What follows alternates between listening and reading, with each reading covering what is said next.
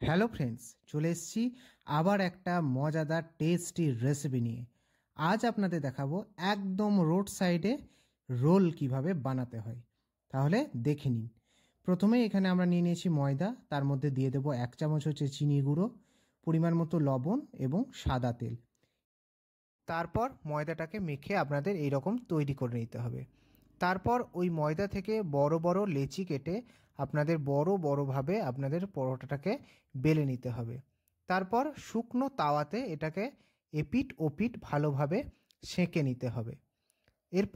তারপর আবার তাওয়ার মধ্যে তেল দিয়ে ওই পরোটাটাকে দিয়ে ওপর থেকে একটা ডিম ফেটিয়ে ভালোভাবে চারিদিকে ছড়িয়ে এপিঠ ওপিঠ উল্টো করে ভেজে নিতে হবে।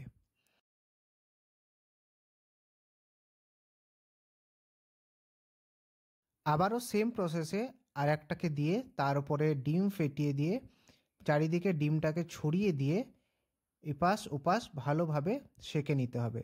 তখন কিন্তু গ্যাসের ফ্লেমটা মিডিয়ামে রেখে দেবে, না হলে কিন্তু পুড়ে যাওয়ার সম্ভাবনা থাকবে।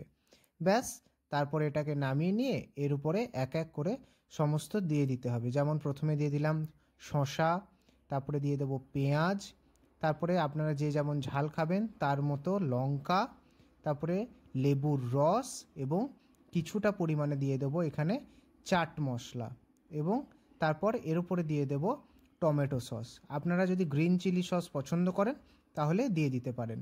তারপর আপনাদের পেপার দিয়ে এইভাবে মুড়িয়ে নিতে হবে। আবারও সেম প্রসেসে আর একটা দেখিয়ে দিচ্ছি।